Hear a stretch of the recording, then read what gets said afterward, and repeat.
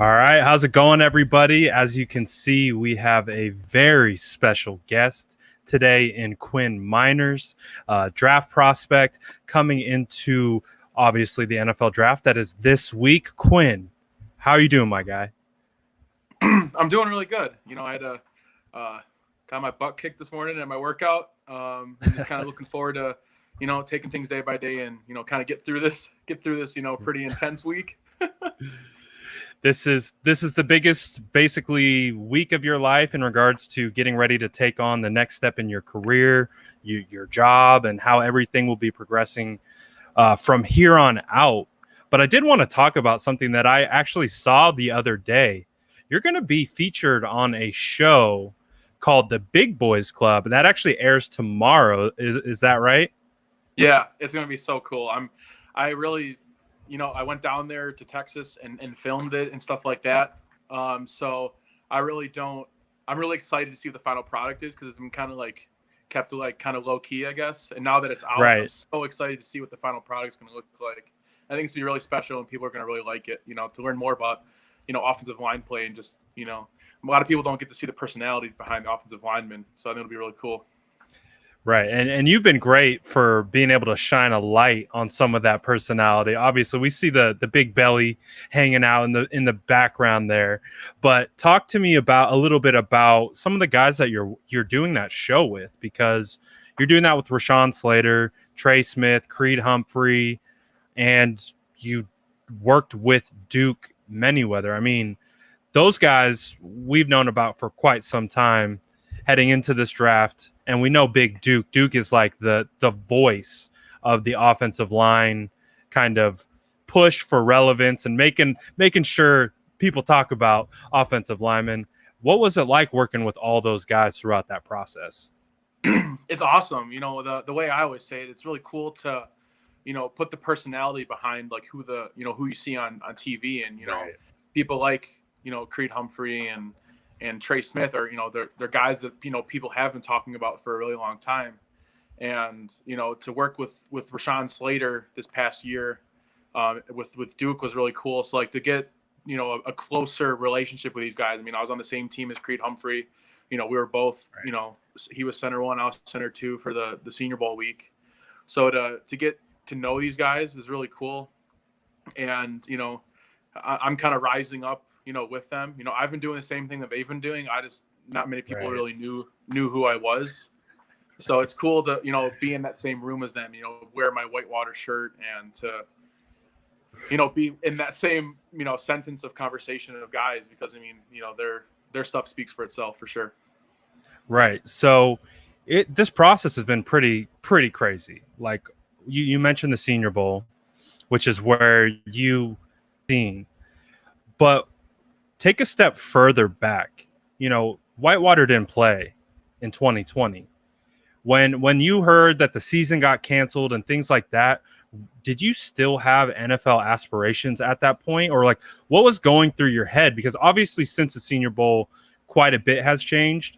But what was it like in 2020 with no football? Like, was the NFL on your mind? Like, how did that process go for you? Yeah, before we get into that, shout out Duke for the strike drive leverage finish. Yes, Yeah, gotta represent. yes, But no, the process was it's already stressful enough, and it was extremely stressful with all these new unknowns. And I mean, it was stressful for everybody. I mean, nobody knew what was right, happening, and it was all new for everybody. So my initial thought was like, all right, well, there's three real options here. It's stay at Whitewater, transfer to a bigger school and answer the level of competition question, or declare. And I mean, you get one right, shot at this. You get one shot at this entire process, and I wanted to make sure I made the right decision. So I kind of waited until like that last little bit, because I think everyone had to have a decision made by like December like 18th or something like that. right. So like I waited until like a week before that, and then like made my final go ahead decision. And so yeah, it was already, coming from a small school, I already knew it was going to be, an uphill battle. It already is. But then also to not play senior season, it makes it even harder.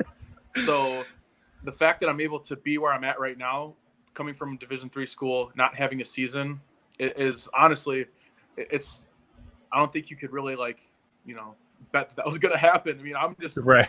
you know, I took everything day by day, but to be where it is now is pretty crazy. And I don't think I would have, if you told me that at that point, I wouldn't have believed that person. Dude, so I understand where you're coming from. Again, being a D3 kid, no 2020 tape or game experience to now. I mean, I think you're slated right there as, you know, I put you at a bottom round one talent, but we obviously understand being a interior offensive lineman, positional value, who knows, right? Yep. Could kind of go wherever, but still, you're still being there talked about bottom first, bottom second, and that all started at the Senior Bowl. So tell me about like your experiences leading up to the Senior Bowl. How did you even know you were going to play?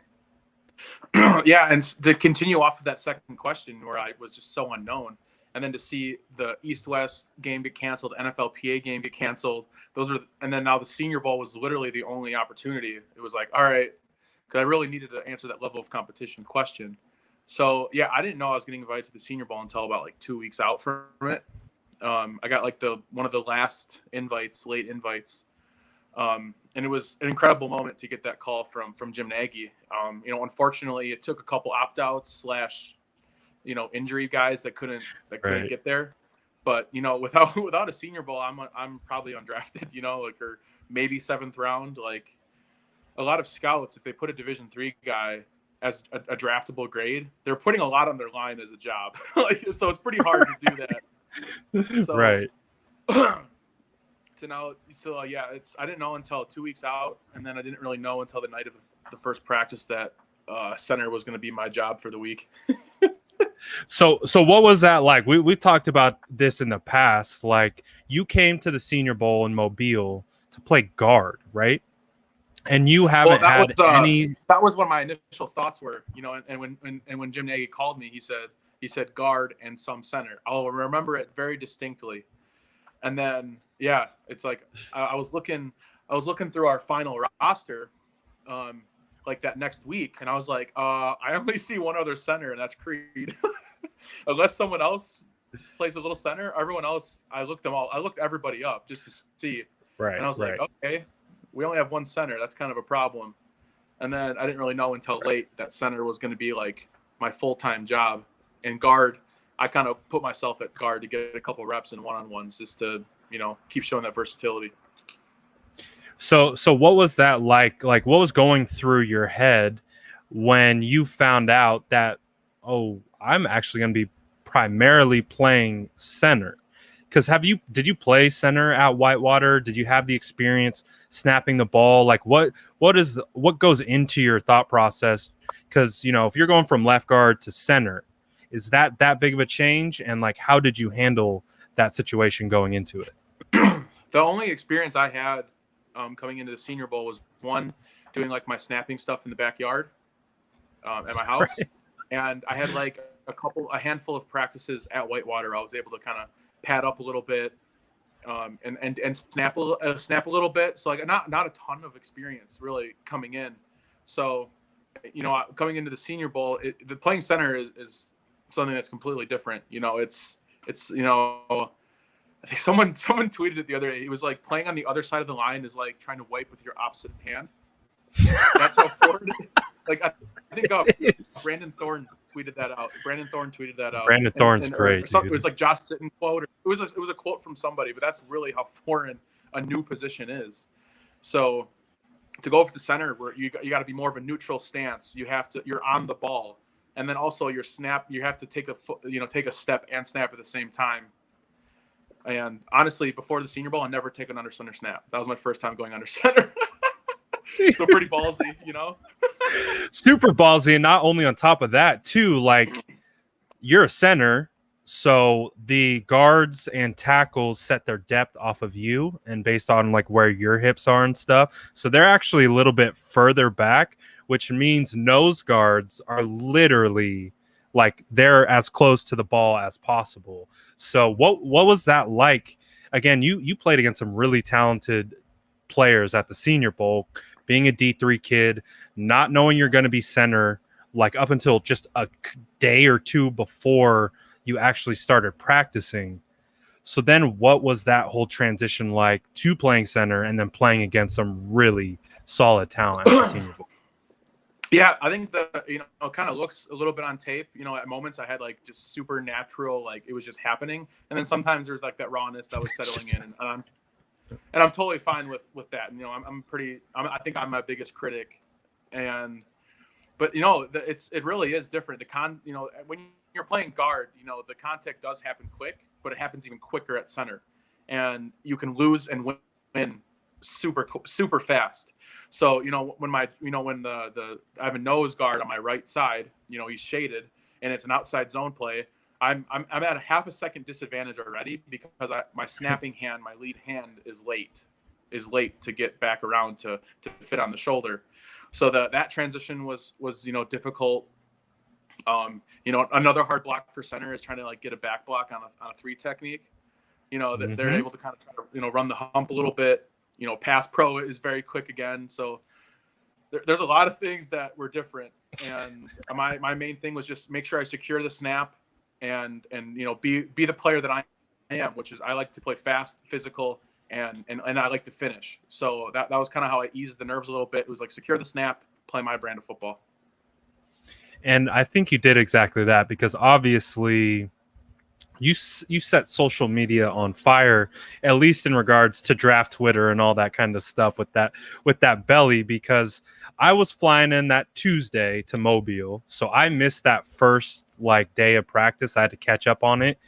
But the only thing anyone was talking about was this big old belly and Quinn Meinerz. And being a former center, being an offensive lineman, interior guy, I saw the belly and I was just like, oh man, that is peak confidence. Like that is like, I've been around guys like that. I know what that means. I know what that is. Just tell me a little bit about, of course, the belly, but more like what it represents and like how it's evolved into what it is to today. Yeah, so it goes all the way back to like my sophomore year of high school is where I've kind of got the original nickname, like the gut. That's kind of been my nickname in my group of friends. And the main reason behind it, my freshman year, I was like 5'11", like 180 pounds. So like not big, but not small at the same time. Right. Sophomore year, I went to 6'2", 260. So I put on 80 pounds in a year. So I was lifting, working out every single day, eating a lot. And obviously, when you put on 80 pounds, it wasn't all great.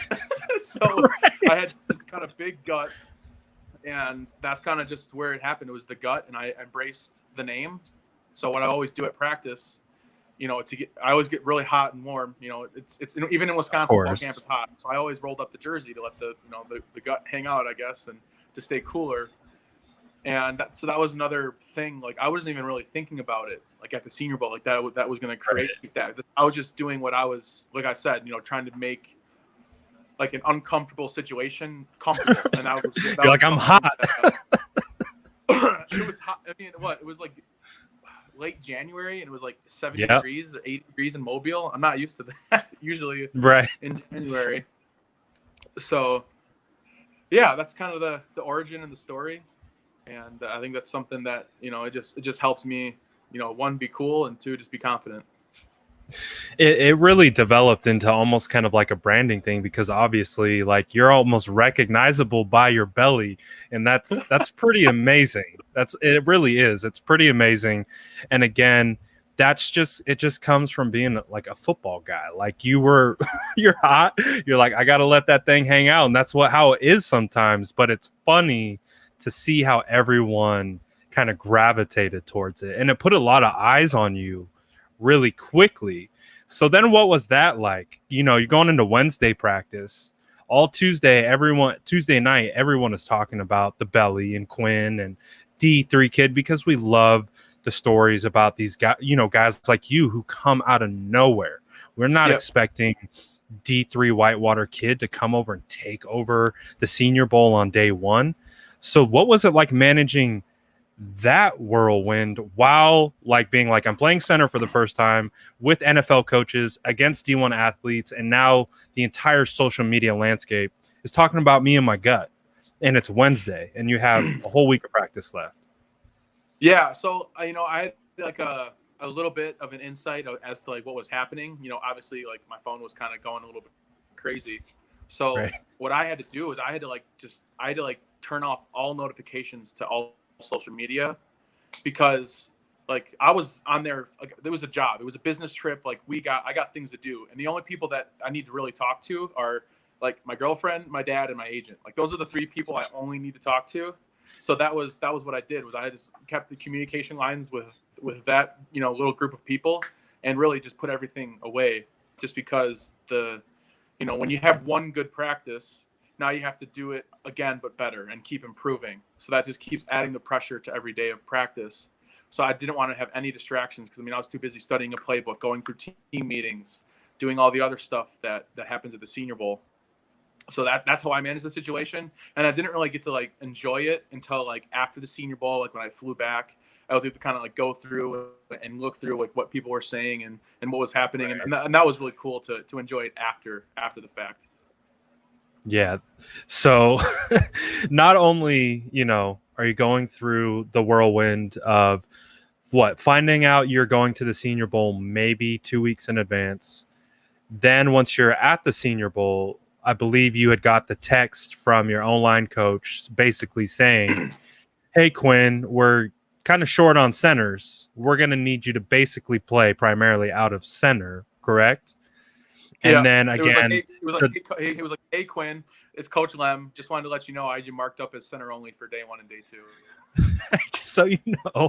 just so you know, you've never really played center, but we got you marked up to play center. Good luck. So then, and of course, we talked about the social media rise and what have you. But on top of all of that, you got injured during the practice and that week. Tell me what it was like how you got injured, what got injured, and kind of the process of working through that situation. It happened in like the most not very glorifying way. Honestly, it's like I hate saying it, but so it was my right hand, and so these two fingers, it was during Indy, the beginning of practice on Thursday. So these two fingers get caught on a pad. So as I'm like lifting and driving through with my hands, these two fingers are caught and pull down as I'm going like this. So that's why the fracture was the way it was, just because that's what happened. So, and I didn't know, like I knew it hurt a lot, and I actually got taken back to get x-rayed. And I was feeling a lot of the pain in here, in this area, more my knuckles. So they x-rayed that part, and I looked at it, and there was nothing wrong. And it was like, all right, well, it hurts a lot, but there's nothing there. So I had the buddy tape. So I just buddy taped, 2 little strings of tape on these fingers. So that was another thing of adversity I had to face. I've, snapping a ball, but now I'm snapping it with, these two fingers gone, like taped together and hurting. So every single under center snap hurts so much, because you have to just slam the ball up in there. And every time that pressure, well, you don't want to be responsible for creating a fumble. That's almost worse. That exchange is so important. So like I couldn't really punch with this hand whatsoever. So I kind of like made a fist and was able, and kind of using it as a club almost. So like if you look on day 3, I'm trying to like bait defensive linemen with this hand, because I can't use it. So like in pass protection, I'll kind of just throw it out there. I'll throw it out there, and they might swipe it. It's like, okay, I can't grab with it anyways. Like and get in. So like if I'm trying to reach a nose tackle with my snapping hand, it turned into just like I'm punching the shoulder to club and get through. Injuries happen on the offensive line, and that's just a part of the job. Your knees, ankles, hips, shoulders, hand, like everything. There's all of that possibility, and you have to learn to play through it. So that's why I wanted to suit up and be ready for the game, because that was one of the reasons I was telling Coach Flo. I was like I want to learn. I want to like play in a game like this level of injured, because knock on wood, all throughout D3 when I was at Whitewater, I had a left ankle sprain, and that's the extent of my injury history. So I've never really had to play injured. What was his response to that? Because obviously we saw you like geared up in pads. We talked about this before. I was on the sideline, hyped as hell, like, oh, there's Quinn. Let's go. He's about to get in. He's the only one out there in warm-ups with full pads on. What was that like, that experience, like trying to get to play and then everything that led after that? So yeah, I really tried to exhaust every option. So, you know, with talking with the athletic trainer and seeing the extent of my injury, it was like, all right, center's not an option because I have to put a cast on my hand. And I was like, okay, like put a cast on my hand. I'll play guard. You know, maybe get in a couple series and stuff like that. Like I was really trying to convince Coach Flores to let me in. And when I told him that in the hallway, he kind of just like stared. He like stared at me for like 30 seconds, which felt like an eternity. He just said no. He just said no, and I was like, and then we came to the agreement that if we ever went in victory, that I would get in. So I did get 2 snaps at the end in victory, left tackle and left guard. There you go. There you go. So you got some playing time, right? Yeah, I got my 2 plays in. How disappointing though was that, being a competitor? Clearly, you will play through anything as O linemen should, right? That's just part of the job. But how disappointing was that to like have to kind of sit that game out on the sideline? Yeah, it just, you know, I've more appreciation than usual, you know, for the game, just because I haven't, you know, we didn't have a season, and like my last snap as a, you know, a college athlete, I thought was, you know, losing in the national championship game. So like I didn't have, you know, to run through that tunnel was an unreal experience again. Like to have that feeling was really cool. You know, in my opinion, you know, you practice, you know, for the game. So I was able to practice all week, and I wasn't able to play in the game. And it kind of circles back to a quote that Coach Flo said, and he says the best ability is availability. So I was trying my best to be available, but he just told me that I proved everything I needed to, and that he didn't feel right about the injury. So it definitely sucked, but it was still cool to be out there with them. You know, try to help my teammates by getting them water, asking questions, and kind of just hanging out. Waterboy Quinn will add that one to the list of things that you can freaking do for any team that comes in and needs you. That they had people on staff that like bring you water, because like that's just not right. At Whitewater, it's like, here's your little like water station, and when you're first, you go get your water. So, well, you have the people who like literally they literally like, right, you're standing there on the sideline and people just walk up to your face basically with the water bottle, and they're like, you want some? And you're like, okay. Even, yeah, even throughout practice there was somebody that like had a cart with a cooler in it, and every time I went up to it, it was like 3 water bottles like ready, and it was like, wow, that service is insane. So you're like, this is what I get used to. You have to make a business decision whether you want to make the trot to the water or not. Like, am I thirsty enough or not? Right. You're like, that's a far distance. I don't know if I want to do the lineman jog all the way over there. That's great, dude. I mean, I love talking about your experience at the Senior Bowl. It was really fun being able to kind of watch it firsthand and kind of evolve and obviously move throughout this process to where we are. But I do want to kind of go back a little bit about to before the Senior Bowl, because you put out some workout videos that I loved, and I'll bring it up here so we can actually watch it. So we'll get a good look at it, and then talk me through kind of what the situation is and kind of the motivation behind it. So let's see here. There's the belly. Oh, yeah. First of all, look at that. I mean, now look at him in space. But these are the workouts. Let's go. Dude, I loved seeing this, bro. You know I'm a big fan. You know I love you. I got love for you. When I saw you lifting propane tanks with all the stacks of wood, like, oh my, knocking over trees, I was like, oh yes. So like, tell me just a little bit about that workout, and like, where'd that come from, and like, why did you even find yourself in that position? Yeah, so the 2018 and 2019 summers, I spent my entire summer on an island in Canada. like in the middle of nowhere. My great uncle owns the island, and he does a fishing trip from Saturday to Saturday. So I spent my entire summers up there, and it's in the middle of nowhere. Like if you're a guest, you have to get flown 30 minutes up in there, and if you want to drive there, you have to go like 2.5 hours on a logging road. So like it's out there. Like if you get hurt, you're an hour plane ride and like an hour into town. So like you better hope you didn't injure yourself too bad. But I wanted to be creative and find ways to stay in shape.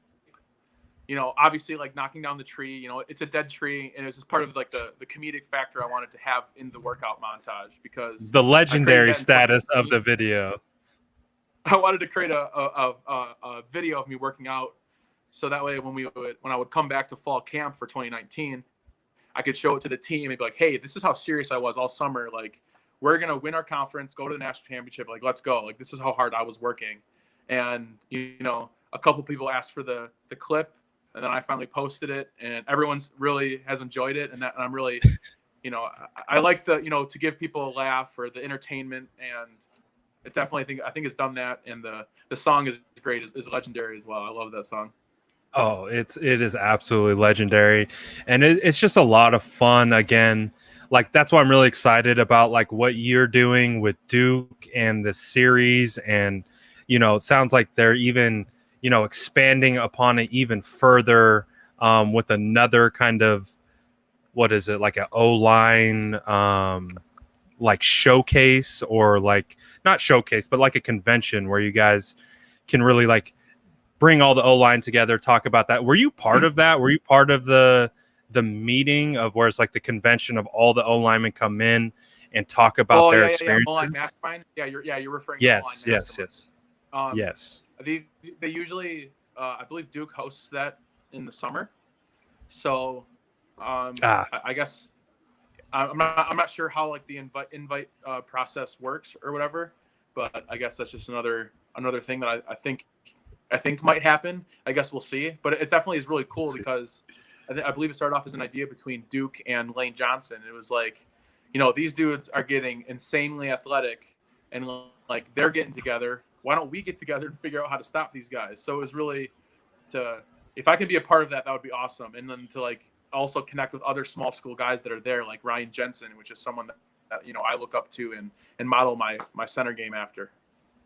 So I was listening to that other live that you were on, and you had mentioned that Ali Marpet had actually reached out to you after the Senior Bowl.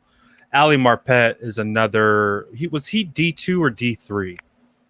He was D3 out of Hobart. I'm not very familiar with he was a D3 kid. The Syracuse area. Right, and he just won the Super Bowl with Tampa Bay, right, as starting offensive lineman. Yeah. What was that like, having a guy like that reach out to you? And I'd imagine you're once you make it to the NFL and you are able to solidify yourself in the league, that you'd probably be doing something similar down the line. But what did it just mean to you to have a guy like that reach out? It was really cool, and I kind of was, like hesitant like to believe it, because it was like, dude, you just won a Super Bowl like yesterday. Why are you texting me? He texted you right after this, like literally right after the Super Bowl. He texted you. Yeah, I would have to look back at the date, but like awesome. I'm pretty sure it was like the day after winning the Super Bowl or something like that. And I was like, wow, that's really cool, and I think that's definitely something I'm going to do. And I think the small school guys got to stick together for sure. And we all understand the struggle of, getting your one pair of, your one shirt, your one pair of shorts, and you just got to roll through fall camp with all of that. And, no scholarship, I know that nothing. I know that lifestyle well, my brother. So that's cool that you can offer that to, future guys coming in and things of that nature. And, it's being passed down to you. But obviously the Senior Bowl has passed. You're working on big things. It's draft week. What's kind of some of the things that Quinn is doing before Thursday, Friday, Saturday comes around, just to stay grounded and not get too high, not get too low, all that kind of stuff. Yeah, I'm really taking, just one day at a time. That's kind of how it helps me kind of keep things more in my control instead of letting the uncontrollables, take over. So, I'm gonna be working out again tomorrow and just really focus on, the mentality is just getting better than, working harder than last time. So that's kind of what I'm doing. The combine training was fun and all, but I'm not a track athlete. So to be able to kind of get back into that, strength training is fun. Wednesday is my off day, so I'll spend that, keep moving into my new apartment. And Thursday and Friday, I'm really excited for those workouts. Like the draft day workouts. I'm looking forward to just the intensity that I'm going to have for those workouts, because it's going to really help bring the nerves down, and really just, I'm looking forward to it. Yeah, basically channel all that nervous energy into just repping it out. So I feel that big time. Yeah. So what are some of your goals heading into the NFL? Do you have any? Are you keeping those close to the vest? How are you kind of like envisioning your transition to the NFL? Anything like out there that stands out to you? Yeah, I think the goals have definitely changed since, we keep talking about the Senior Bowl. The goals have definitely changed. Right. The goals before then was just like, let's hopefully get drafted and get on a team. Right. Now it's like, okay, now the getting drafted question is like, now it's just a matter of when, not a matter of if. And right. Now being a high draft pick, with the top 100, the standards are changing, which is now like, come to a team and you got to start contributing right away. So that's where my goals now have changed. And now I'm, a lot of teams are looking at me as a center. So I have to keep, progressing through that aspect. And I really want to solidify myself. If I can't compete and get into a starting spot, I definitely want to be in that rotation and be someone that's on the 53-man roster and able to be that swing lineman that does travel, because they do need to have, you probably bring an extra tackle for both sides and an interior swing lineman, because you only travel with 8. So that's kind of like the goal 1 and goal 2 that I have set right now. And that makes a lot of sense too, specifically for you being able to play left guard, center, and right guard. That in of itself provides tremendous value to teams. Like you mentioned, you can only carry so many offensive linemen, which is a topic for another day that I'll dive down. I won't go down that today, but that gives you even, I think, in my opinion, a better chance to, have higher stock and provide greater value to a team. But as like you said, before it was, man, I hope I get drafted. Now it's like, all right, I'm gonna get drafted, but like now, are there players like, and I like to just ask this from a competitive standpoint.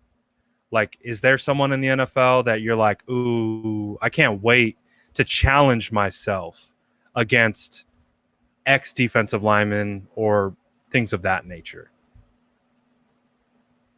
My first thought always to that question is who was the defensive player of the year? Aaron Donald. So Aaron Donald. Start. You see on TV, and I think everyone sees on TV like just how dominant he is. And I think that would be, to have that experience of like understanding what Aaron Donald is, because I don't think, unless you've like played against him, I'm assuming you just don't know. You just don't know what it's like. So I want to know what it's like to go against the best in the NFL. That's a great answer. We being the 49ers, play against Aaron Donald twice a year. So we know him well. And he's always, even as fans, like we get excited for Rams week because we're like, all right, it's Aaron Donald. We got the best in the business. Like I've talked about him with Brunskill, who's the starting right guard for the 49ers. We've talked about him going against him. I love the memes that you do with him and stuff. Oh, Brunskill's my guy. We try to uplift our offensive linemen as much as we can around here. But he plays really, really well against Aaron Donald. So we just get super, super excited about facing off that type of talent. So that's a lot of fun. And again, I appreciate, dude, you hopping on. I got you over a little over 30 minutes. So we'll try and get this wrapped up with a couple more questions. Again, dude, thank you so much for your time. Yeah, you're good. But yeah, you're good. But let's say, I mean, I don't know how it's, I'm sure you've seen some of the stuff. It's crazy in my world. It's crazy with all the quarterback talk and all that kind of stuff. But let's say the 49ers do draft Quinn. What is going to be going through your head? How would that feel to be coming to the Bay to play with Alex Mack and the guys that we have? Like, what would it be like in that situation, hypothetically speaking, of course? I would be really excited, to be able to play with, some of the great players that you guys have would be awesome. And, to learn, from also the great defensive linemen you have as well. I think that's part of the reason why, some offensive lines are so good, is because they also have a really good defensive line that allows them to constantly compete throughout practice and bounce ideas off of each other. So when you see good offensive lines, you probably usually are also seeing a good defensive line. And to be a part of that, and also to block for whatever quarter. I understand the quarterback question. I don't think anyone hasn't seen the huge quarterback debate, the ups and the downs, and this day is this quarterback, the next day is that quarterback. At the end of the day, as an offensive lineman, I'm excited to block for whoever and keep him clean every single week. Sorry, dude, I'm having some technical difficulties with my sound, so it kind of cut out there for the last second. I'm trying to get it connected, but while we keep working through this, how about this? Well, I've been ending all my player interviews with the same question, and it works out perfectly because you're an offensive lineman, and it's inspired by being an offensive lineman. So let's say, I mean, it's harder to project now because you're not in the NFL. You don't know what team you're at, and we don't know the good spots to eat around wherever you're going to be playing. So let's say back at Whitewater, you just had a really solid game and you're really hungry because, these big boys got to eat. We got to keep those bellies in shape. Where's Quinn going, or what is Quinn eating for that post-game meal? Like, what's that go-to for you? Yeah, the go-to, especially coming from Wisconsin, it's definitely going to be a Wisconsin answer. It's going to Culver's. Culver's is a great spot. You've seen me tweet about it a couple times, and that's because that's been the spot since high school. Like, that's just the spot to go after a football game is Culver's, and I'll get a butter burger with mushroom and Swiss, a concrete with chocolate ice cream, cookie dough bites, and then you exchange the fries for cheese curds, and then you get a side of ranch, and it's the all combination. I'm sure out in San Francisco, there's got to be great sushi. I love sushi as well. So, I mean, I could probably, after a game, that's be a big sushi bill. That's be a big sushi bill. Dude, I love it, dude. That's such a great answer. Of course, the best answers I've gotten have been from offensive linemen for obvious reasons. But I thank you for your time, dude. I'm really excited to see where you land. Of course, I would be over the moon if you landed with the 49ers, but I understand we could be all over the place with this draft, so I don't even know where we're going to be picking. But if you do, I can't wait because we're definitely going to have you back on again if you get drafted by the Niners. How about this? Let's say the 49ers draft you, because I'm going to be doing this live thing, right? So let's say the 49ers draft you. Can we commit to get it, like, of course, after you celebrate with your family, talk to coaches, talk to GMs, do everything, take a breath, whatever. Could we get Quinn maybe to just stop by and say what's up if, of course, the stars connect and you somehow end up on the Niners? Oh yeah, 100%. Like a couple days after, we could probably figure something out whenever I know what my schedule is. Like, yeah, let's get on and talk to you and talk to all the other Niners fans, because Hell to be yeah. honest, as I guess a community or a group of people, you guys have been pretty really nice to me, through messages and tagging me in things and whatever, because I do look at it and pay attention to what's happening. So yeah, it'd be really cool. Hell yeah, dude. Well, I'm super excited for you. I'm excited, you being a smaller school, interior offensive lineman. I'm super, super excited for you in this process to see where you land with the Niners, without the Niners. Honestly, I'm just excited to see your maturation throughout this process. And again, I appreciate you being super open to coming on and doing these things with me. And I'm hyped. I can't wait for the draft. I know you can't wait for the draft.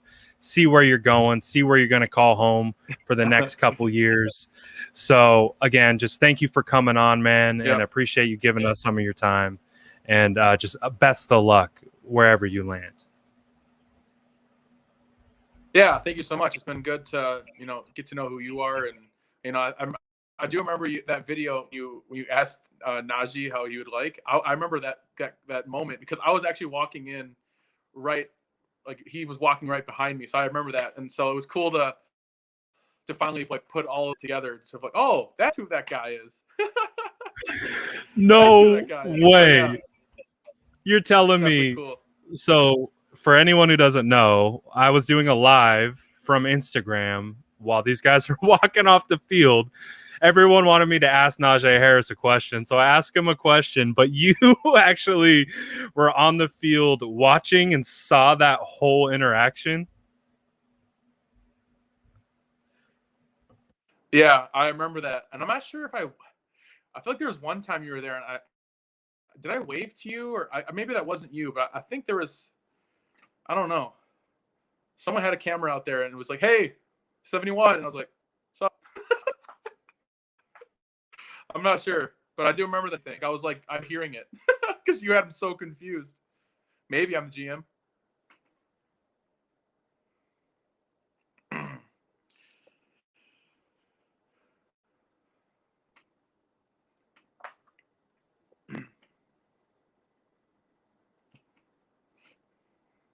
Looks like your audio cut out. Oh, there we go. So I appreciate what I was saying was I appreciate you hopping on, man. I'm having all different kinds of technical difficulties, right? I don't know what's going on. But thanks again for your time. No, you're good. Super excited to see you. It happens. Yeah, you're welcome.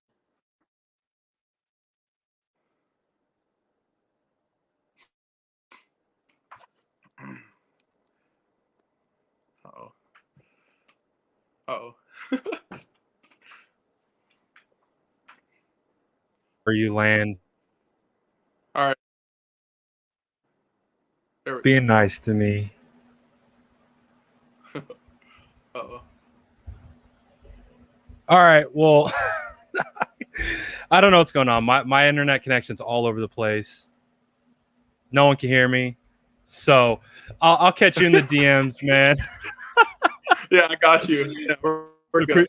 Yeah, appreciate you, bro. You have a great rest of the week. I was just sitting here going, yeah, you're welcome. Have a good day, man. And yeah, we'll see what happens with the draft. And I'm excited, like everyone else is, to see what what happens at number 3. So, all right, we'll be waiting on pins and needles, man.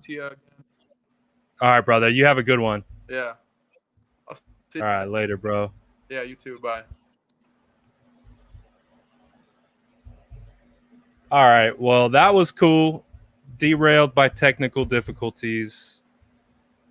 My headphones decided they didn't want to work for no reason. All kinds of fun stuff. But that was super cool to have Quinn on.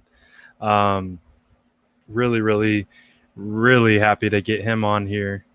Would be super great to get Quinn to the Bay. We'll see. I don't know. I feel like the 49ers are going to be moving all over the place. It's going to be going to be a wild ride. It's going to be a wild ride. But my internet connection has been giving me all kinds of trouble lately. So I got to get that fixed before the draft because, big things coming. So we'll get that squared away. Thanks again for Quinn hopping on. A lot of fun. I always love talking to that guy. Can't wait to see where he lands. It's going to be fun. If he lands with the 49ers, dude, woo! That would be so much fun. We would have a lot of fun with that. But appreciate everyone stopping by and watching. I'm just going to go ahead and shut this down because we're having all kinds of technical difficulties. But again, thanks for everyone for tuning in, watching, chatting it up with Quinn. It was a lot of fun. All right. Thanks, guys.